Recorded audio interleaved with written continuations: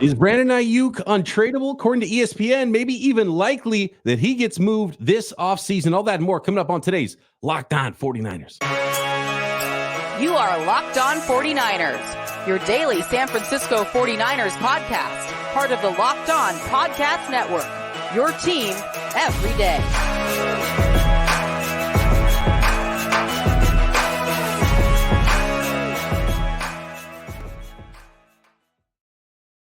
Welcome to Locked On 49ers. Brian Peacock and Eric Crocker at BD Peacock at Eric_Crocker. Thanks everybody for making us your first listen here on the Locked On Podcast Network, your team every day. Appreciate all the everydayers out there.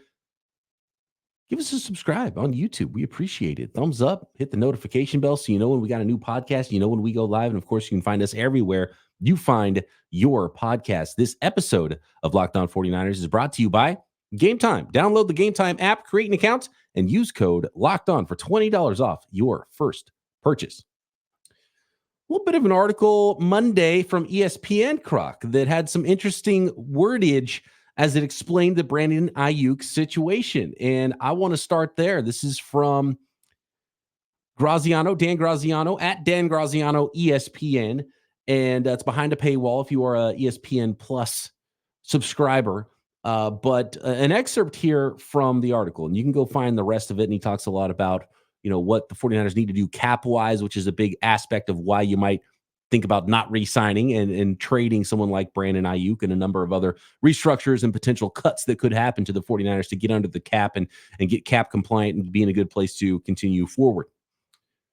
But he said this interesting quote from the article at ESPN, Dan Graziano, quote, "To me, the most likely way this shakes out is Aiyuk ends up getting traded to a team where he's the clear number one wideout and where he can get the extension he wants, leaving the 49ers to draft his replacement in the first round." So, Croc, before we even get to there, where a trade could happen and where you're fielding offers, we have to start here to me, and that is Brandon Aiyuk even tradable?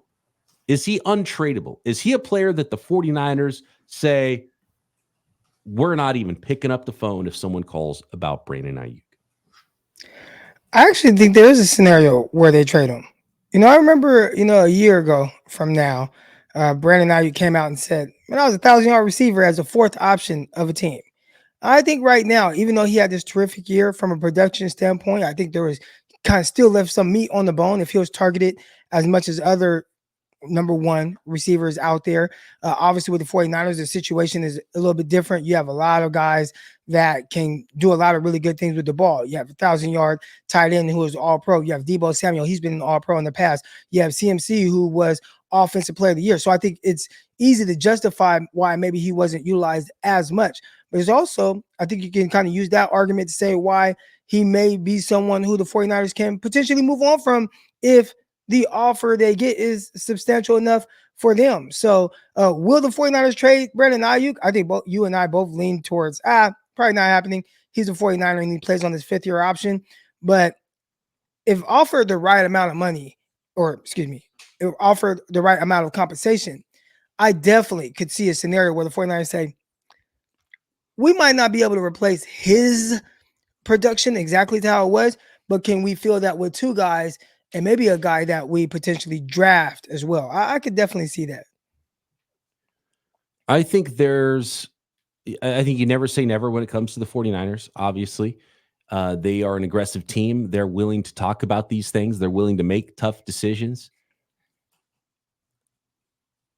But I do think that Brandon Aiyuk will be back. I don't think it'll be on the fifth-year option, though. I think he will be extended by the 49ers, which will actually allow them to lower his cap number to be able to fit him and Deebo around for one more year. Then Deebo's the guy who gets traded next offseason. I still think that's the most likely way this plays out, and it's the way you stay the best now and are able to navigate this going forward. And I do think Ayuk's the guy you would rather have around in 2025, 2026.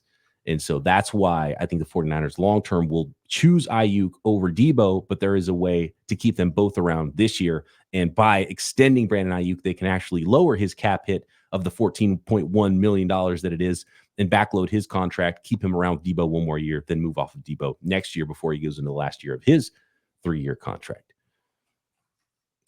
But we know how this goes, Croc. And we saw it firsthand with Deebo Samuel. And we saw it a few years before that with DeForest Buckner.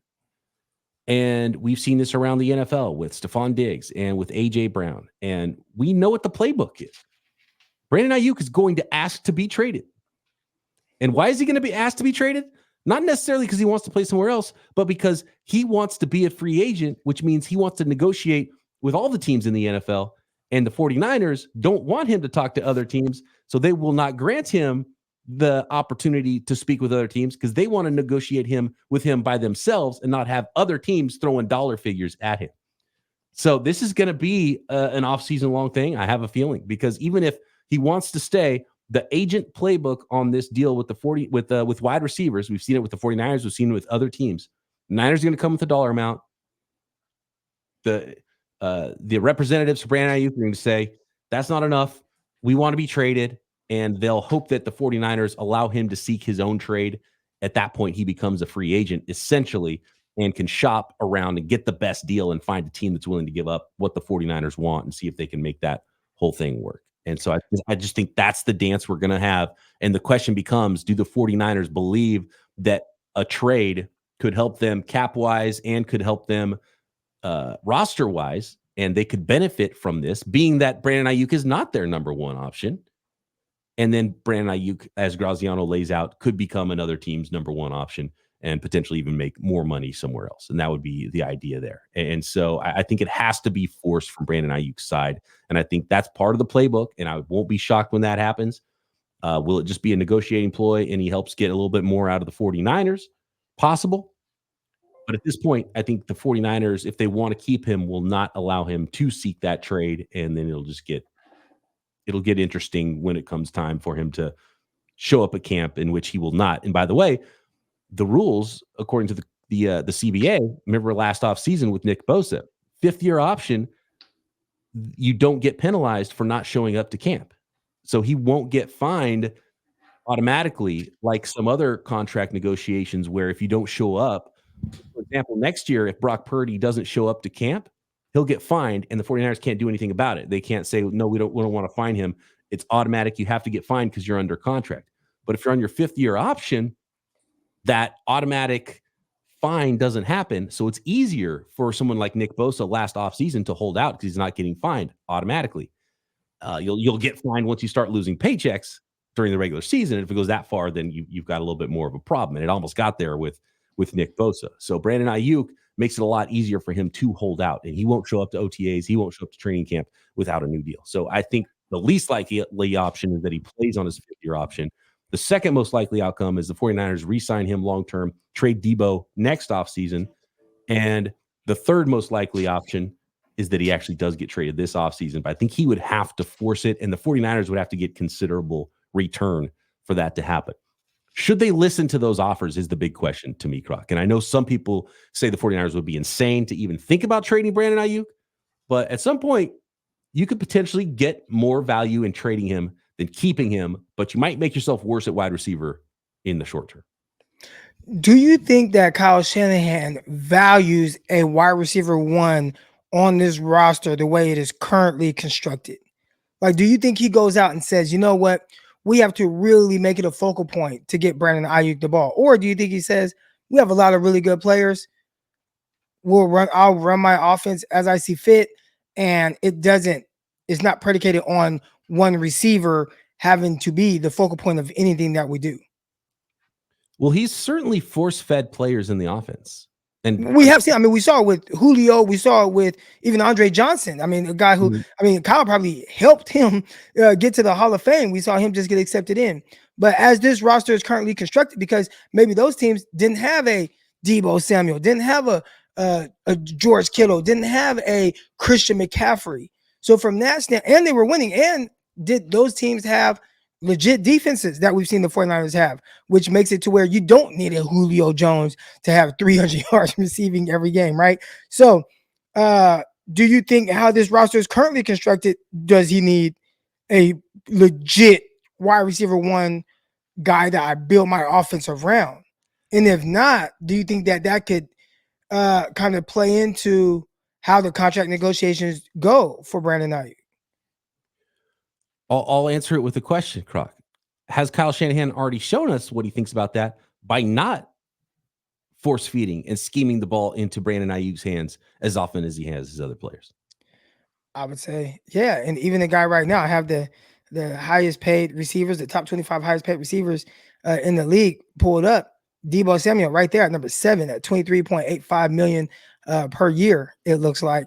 And I would say that Brandon Aiyuk would want more money than Deebo Samuel got a year or two ago. Right? Would you agree with me on that? Agent will ask for more. And the 49ers will not want to pay him more. I have so and now I'm looking at the next guys, right? You got DK Metcalf, he's at $24 million a year, tied with Stephon Diggs, $24 million a year. Then you have AJ Brown. You know, if you ask a lot of 49er fans right now, would you rather have Brandon Aiyuk featured more in this offense or an AJ Brown? Maybe it's a mix, but even then, even if there's a mix and we're talking about a contract that was signed a year or two ago, I would assume that Brandon Aiyuk and his agent are going to ask for more money than AJ Brown, which is at $25 million. So that's where it starts to get a little sticky. You know, even if the 49ers want to pay him, the 49ers want to keep him, are they going to want to keep him at the number that Brandon Aiyuk may eventually demand?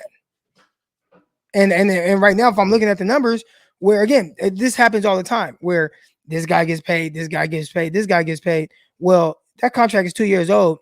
The salary cap has gone up since then. I should get more money than those guys. And even if you're saying, well, you're not going to get Tyreek Hill or Devontae Adams money, but heck, maybe I get Cooper Kupp money, maybe I get AJ Brown money. I'm talking about closer to $26 million a year, as opposed to the 23, 24 that other people might think the 49ers should give them. And next, Croc, I want to talk about why there are other considerations. It's not just how good Aiyuk is. There's other players on the roster, specifically one player on the roster that might matter as much or more going forward with the decision the 49ers have to make on Brandon Aiyuk. And what would that trade value be if they do pick up the phone and field trade offers for Brandon Aiyuk? Next.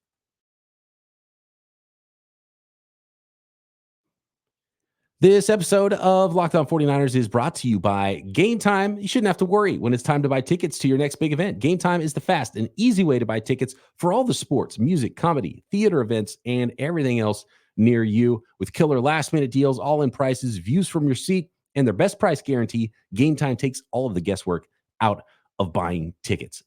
See the view from your seat. You know exactly what you're getting before you arrive at your event. I've done it with Giants baseball games. Love it. I'm in the city here, just outside of the city. It's like, hey, I'm going to go to the Giants game tonight. Okay, cool. Last minute, you can buy Game Time tickets up to the start of the event and even an hour after an event starts and get fantastic last minute deals at Game Time on your seats. I've done it with concerts as well, going to a show tomorrow night, and it couldn't be easier. Last minute, friends say, hey, let's go to the thing. And you say, yep, I'm going to get on Game Time and I'm going to find some last minute tickets at a great price for the thing. Couple taps, they're right on your app at Game Time. So you don't have to go fishing through your email when you do get to your event. All those prices, by the way, up front, and you don't get hit with the hidden fees at the end when you're trying to check out, which I hate. So take the guesswork out of buying tickets with Game Time. Download the Game Time app, create an account, and use code Locked On for $20 off your first purchase. Terms apply. Again, create an account and redeem code Locked On for $20 off. Download Game Time today. Last minute tickets, lowest price, guaranteed.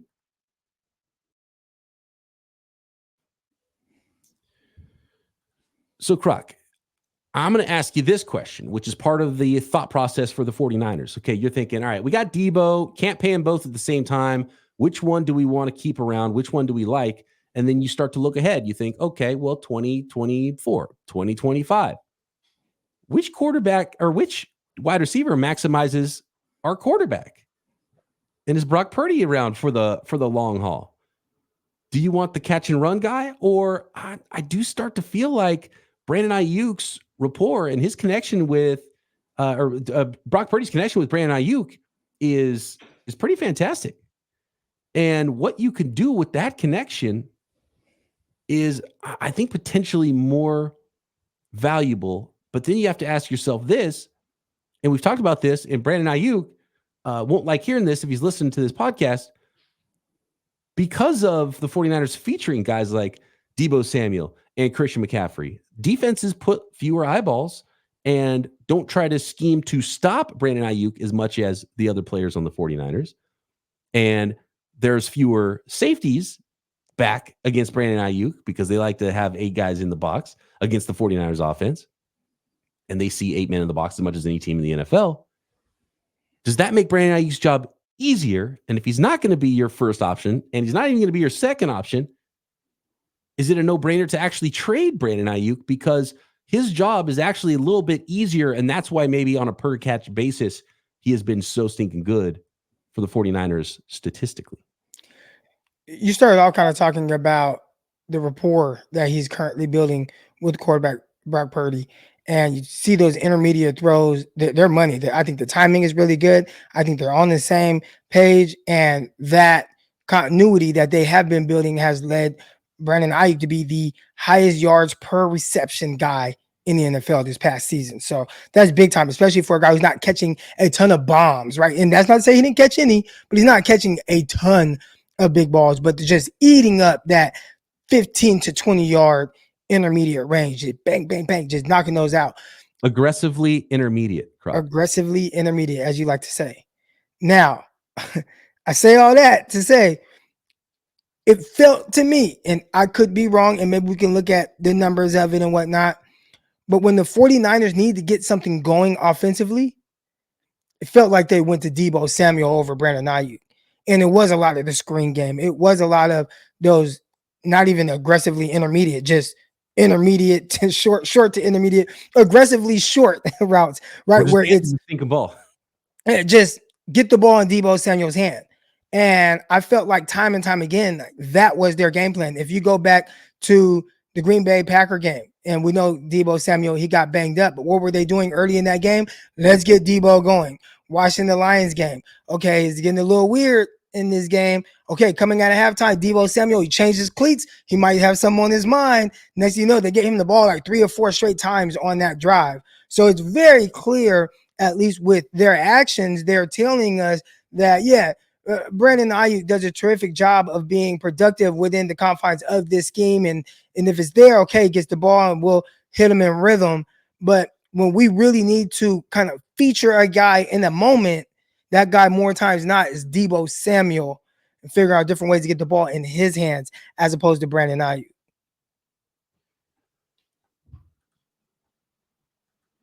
Statistically, Brandon Aiyuk, 17.9 yards per catch. He was 7th in the NFL this year with 1,342 receiving yards. Yet that was only on 75 catches. The guy immediately ahead of him that had about 22 more receiving yards, DJ Moore, had 1,364 yards on 21 more catches, 96 catches. And everybody else above that had 100 catches on the year. Brandon Aiyuk had 75 catches for 1,342. And targets, what about targets? I don't see his target number on this list, but let me pull up his targets. Brandon Aiyuk, 75 catches on 105 targets. So he had fewer targets than Puka Nacua had catches, or exactly the same amount. Puka Nacua had 105 catches. A.J. Brown had 106 catches. And if Brandon Aiyuk had 100 catches, we're talking, could do pretty easy math on that, 1,790 yards, right? And if he had 135 catches that CeeDee Lamb had, and they worked as hard as they could to get him the ball, now there'd be a lot shorter catches, more screens, and more of that stuff, so the yards per catch would come down. But we're talking about 2,500 yards, right?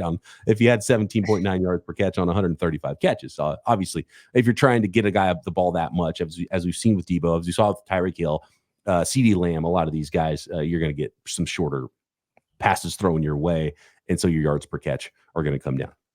But I mean, his production was just insane on a per catch value, on a per catch basis, is all I'm saying. And so you could see why he would think, man, I got to get 25 more catches and 50 more targets in a season. Could go crazy. It will be really hard to do that when you have one game this season with double-digit targets. He had 10 targets in the Cleveland game, and that's it. Every other game, he had 9 or less targets. And that's not to say he didn't have a few games with 9 targets, a few games with 8. I saw he had an 8-target game where he was very productive, maybe one of his biggest yards in the game that he had this year. But I think everybody's looking at this from the perspective of the team. A lot of responses I'm getting on social media, it's all about, oh, well, the team, and they're going to look at it like this. And would he rather, get more money elsewhere, but maybe not win as much? Or, well, he does that because he's not a focal point, which you mentioned early on. And I feel like a lot of the fans, as they should, they are a 49er fan, and they will be fans when Brandon Aiyuk is long gone from the NFL. But from his perspective, that's how he has to look at it. He has to look at it through the eyes of what's best for me, what's best for my family. When I was in the league for a short time, we had these different little meetings, and they talked about how don't buy anything with your first contract. Wait till your second contract, because you get the second contract, most likely like that's more money. Well, he hasn't gotten to a second contract yet. And even with those second contracts, you hope that's the big one. You hope that's the one that sets your family up to where you're good for the rest of your life. You're good. Your kid's good. He has a young son. He has a girlfriend. They are all good. And with the usage that he's had with the 49ers, although everybody's like, well, he's the 49ers wide receiver one. Yeah, but is he their number one option? I don't know about that. And if him not being the number one option, will that potentially affect how much money he can make, not being given the same opportunities as other guys? Like, do you think that CeeDee Lamb watches, the Dallas Cowboys on Sunday Night Football playing against the Giants, see CeeDee Lamb get, 14 targets and it catches for 170 yards and say, man, yeah, I can't do that. I'm not capable of doing that. Like, no, he's thinking, like, man, if I got the same amount of targets, I do the same thing. And because CeeDee Lamb gets those targets, when it's time for his contract, he's going to be able to, and matter of fact, they're going to have contract talks at the same time.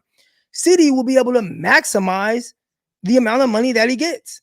So if you told me that CeeDee Lamb would be the highest paid receiver in the league, or at least close to it, when he signs a contract potentially this offseason, I wouldn't bat an eye, and most people wouldn't either.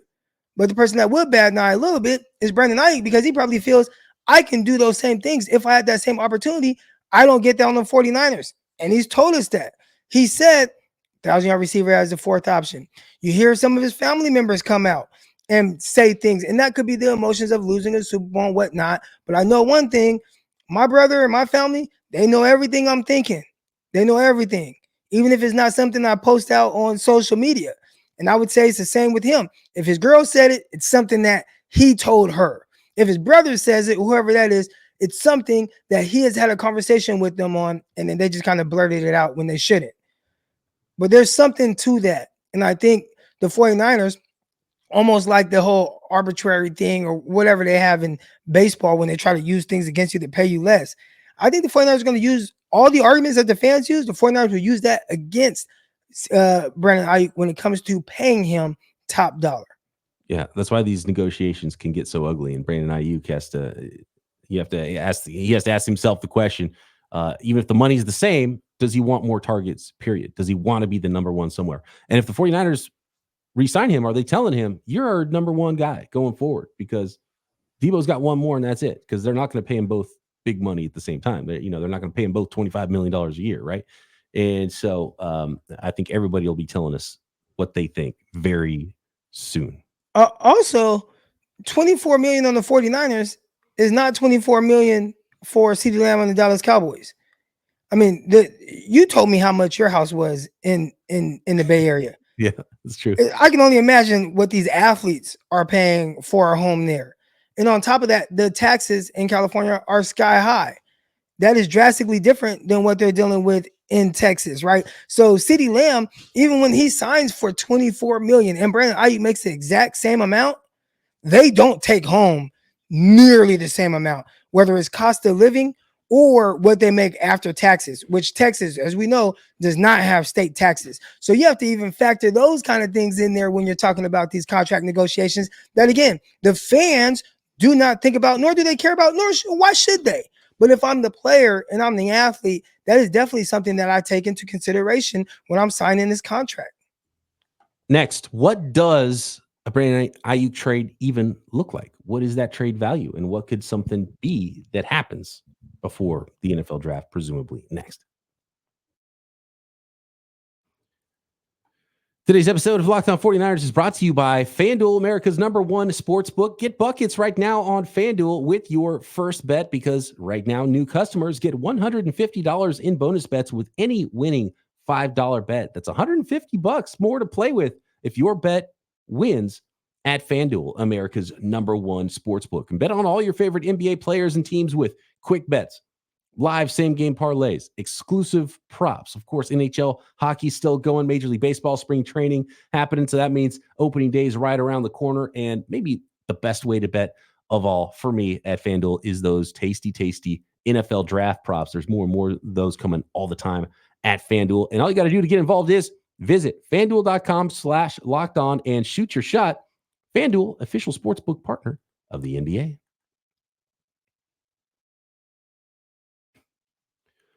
Wow, we started talking about how we both expect that Brandon Aiyuk's going to be back, and then Croc just gives all the reasons why Brandon Aiyuk's probably going to be gone. So I don't know. I gave the reasons as to why Aiyuk's camp would maybe want to change the scenery. And there are a lot of people like, oh, you want to go play for the Raiders, or do you want to, and make a bunch of money? There's some truth to, okay, if you pick the wrong situation and you end up on a bad team with a bad quarterback, maybe they pay you a lot now. Maybe they pay you a little bit more, and maybe you get more targets now. But you get a 5-year contract, well, they can still cut your butt after 3 years, and maybe it didn't turn out all that well for you. And maybe in the long run, you still make less money. So there's, finding a team that wants to trade for you that's bad and has a bad quarterback in a bad offense. You might get a lot of targets. You might get more on paper in year one. Do you see the end of your contract, right? And so that's another question where what situations still matter. And are you on a path of winning Super Bowls, which makes you more money post career, right? Or do you just want to go to a bad team and maybe your career ends much more poorly than you wanted to, and then all of a sudden you're bouncing around teams, you see the end of your contract. So there's a lot to consider, more so than just like, I want the most targets this year, the most money this year. Well, you mean, and everybody's situation is different. I think for, let's say, AJ Brown, and we'll talk about that. AJ wanted to be, they didn't want to pay him top dollar, or how much he felt like he deserved. They were seriously lowballing him, so that was why he ended up being traded, not because he just wanted out. Diggs' situation a little different. I think he was just like tired of playing with Cousins for whatever reason. But regardless, both guys went to a different scenario or situation, and maybe you can argue they got either better or more targets and everything that they were hoping for. They got a better opportunity to potentially win a Super Bowl, or they got both of those things. Philly is doing a lot better than the Tennessee Titans. Buffalo is doing better than the Minnesota Vikings. Now, that's not to say that Aiyuk could go somewhere and do better than the 49ers. This is a team that's constantly in contention to win the Super Bowl. Matter of fact, if I remember correctly, after the Super Bowl, maybe a couple of days after, the 49ers had like the highest odds of winning the Super Bowl this upcoming season. So 49ers are always going to be in the mix, but everybody just thinks you have to go to a bad team if you're getting traded to get more targets. And it's like, not necessarily. Hey, what if Mike Evans walks in Tampa and Tampa says, hey, all right, Brandon Aiyuk, we'll trade for you. We'll trade a first round pick for you. We'll pay you top dollar. All right. And you got Baker Mayfield. I don't think Baker stinks at quarterback. And I think if he got a ton of targets from Baker, he'd be good. I think that the Tampa Bay Buccaneers are a well-run organization where they figure out different ways to be in contention, even if you're not like a Super Bowl winning team, but potentially just a playoff team. I think that would be a good scenario for him. So it doesn't have to be the Raiders or the Panthers. Those are names that you see thrown out a lot. It can be and again, I don't know Tampa's contract situation or cap situation, but it can be a team like that just like will utilize you more and feature you more than the 49ers, which I don't think the 49ers, even with the way their current roster is constructed, I don't think they feature them enough. I don't see them motioning him. They do a lot of stationary stuff with him. How often do you see them say, all right, we're going to motion you into a tight split or into a bunch, get you a free release, run a pick play, you drag across the formation, we're going to throw the ball to you and give you a run after catch opportunity. You watch the Dallas Cowboys, again, they got young Ferguson. I think he's a really good tight end, but they don't have a ton of weapons. But regardless, I don't even know if it matters how many weapons they have. They're going to do everything possible to feature CeeDee Lamb, and everybody else has to work off of that. In the 49ers, their situation is just different, and I think that kind of, it can hurt, the production. Even though you average 20 yards a catch or whatever you average, it can still kind of hurt Aiyuk's production a little bit. So I understand both sides, but if I'm Aiyuk, I want top dollar because I have a family, and this is a business. And the moment he's not as productive, a team is going to cut him and do whatever else. So I need to get as much money as I can while I can get it. The Carolina Panthers don't have a first-round pick anyway, so that is one team that John Lynch is not going to be answering the phone unless they're offering Brian Burns, and then we might start to have a conversation in there. So maybe he should pick that up just in case if the Carolina Panthers come. Hold on, Brian Burns for Aiyuk straight up, kind of reminiscent of back in the day. You had the Clinton Portis and Champ Bailey trade where it was just like, whoa, Champ Bailey, Clinton Portis, but could you see something like that? Brian Burns, terrific, but contract situation, whatever. Aiyuk, I don't know, little disputes. You may not need a pure wide receiver one like that in the offense how it's currently constructed. Both guys in the swap might do better for them. It might be a good scenario for both of them. Burns make more money than Aiyuk too. So if you're talking about salary cap reasons, then that doesn't make sense much either. But I think Burns is more valuable player than Aiyuk league wide today. If you were to pull GMs, I'd say most edge rushers in general. Yeah. Like, would you trade Stephon Diggs for Max Crosby right now? I'd say no. The Raiders would say no. The Diggs situation is interesting too because Diggs is kind of a weirdo, and now he's mad at Josh Allen too, right? So maybe there's something more to that wide receiver trade situation. The AJ Brown one's the one that doesn't make any sense because they didn't have another guy they were feeding the ball to anyway. I mean, they had the running back in Derrick Henry, but that was a wild one. Anyway, so 49ers are fielding calls. What does that trade look like for the 49ers? You know what's funny is got a tweet here from Mike, and he says, how about this one? Brandon Aiyuk and pick 31 to the Chargers for pick number 5 in the NFL draft. And I thought, well, that's kind of outlandish for both teams. And then I looked at the trade chart. The 49ers currently picking at 31, the old school Jimmy Johnson trade chart. That pick is worth about 600 points. Pick number 5 in the NFL draft is worth 1,700 points. So what is Brandon Aiyuk worth? Middle first round pick? Well, pick 15, who currently is owned by the Indianapolis Colts, that's worth 1,050. So 1,050 for pick 15. If that's Brandon Aiyuk's trade value mid first round, plus 600 points is what 31 is. That gets you within 50 points almost exactly between pick 5 and 6, right? Do you think he used the trade value when he constructed that trade? Or? I don't know if he did, but it works out almost perfectly if you assign pick 15 as Brandon Aiyuk's trade value, and I think that is his trade value. One of the problems is if you're one of the good teams at the end of the first round, like the Kansas City Chiefs could use a wide receiver. Hell no way I'm trading Brandon Aiyuk to the Kansas City Chiefs for multiple reasons, plus his 32nd pick. I want the 15th pick. I want the 16th pick. I want a top 10 pick for Brandon Aiyuk. I'm not considering one of these late round picks, but if you're picking top 10, you can get one of the top receivers in the draft, so you're probably not making that call. But the reason the Chiefs would, or the Chargers might at pick 5, and I still think this is probably unrealistic, but the Chargers need multiple things, and so that would be their way of trading down, but also still getting a wide receiver 1 there that they would be drafting potentially at pick number 5. And you start talking about Malik Neighbors maybe for the 49ers at 5. Do you go offensive tackle? Then do you trade down if you're the 49ers from 5 again? But when you start trying to figure out what his trade value is, I think you have to start at pick 15. Oddly enough, that's the team the 49ers did the DeForest Buckner trade with a few years ago when they had the 13th pick in the draft. I'm not really talking about a pick in the 20s or later, Croc, for Brandon Aiyuk, which makes this a little bit more difficult because I don't know how many teams in the top half of the first round would be willing to trade that pick for Brandon Aiyuk. But I think league-wide, Aiyuk's value is for sure a first. And a team's not going to expect they're going to call the 49ers and get Brandon Aiyuk for less than a first-round pick. Do you remember when Deebo Samuel was on the block, but not on the block, but was on the block? And I think the only reason why it wasn't something that went through was because of the trade that the New York Jets offered. but it was pick 10 for Debo and pick 61. So the 49ers, who already, I don't think at this time they had a first round pick. So no first round pick. And you want to acquire a guy, and then the 49ers, if you trade 61, now you don't have a second round pick, but then you got pick 10.